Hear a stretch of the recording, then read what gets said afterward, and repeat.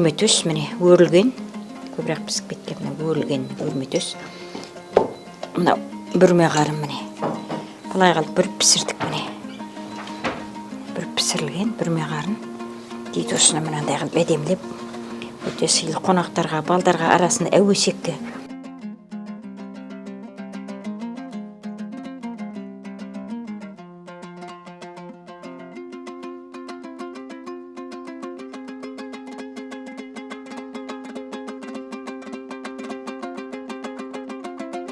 Кәдімгі қазақтың өзінің бұрыннан келатқан бүрме қарын деген қарнымыз.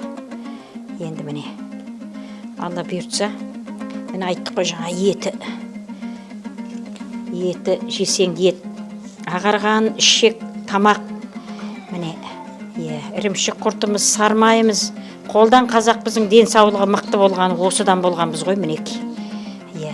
Зая болмаған қарын дейді, қарын да денсаулыққа көп пайдалы міне.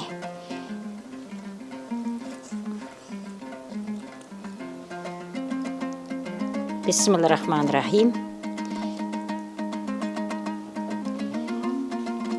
Мынау мінеки.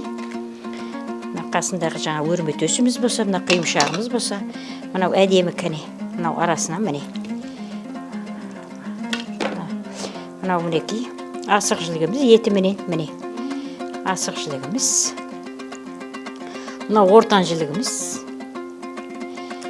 Міне омыртқа. Міне қабыртқа. Қабыртқамыз, омыртқамыз. Өрметөсіміз төс. Піскен міне. Ол жүп түсіп атыр міне. Асық жілік. Асық міне. Ал енді қазақтың кәдімгі таза келген қонақты құрметтеген тамақтың қазағымыздың өзі бұрыннан келатқан. Аналарымыз осылай қылып үйреткен. Қазір шүкір келіндеріміз де осыны жасап, осылай қылып күтіп атқан жайымыз бар енді.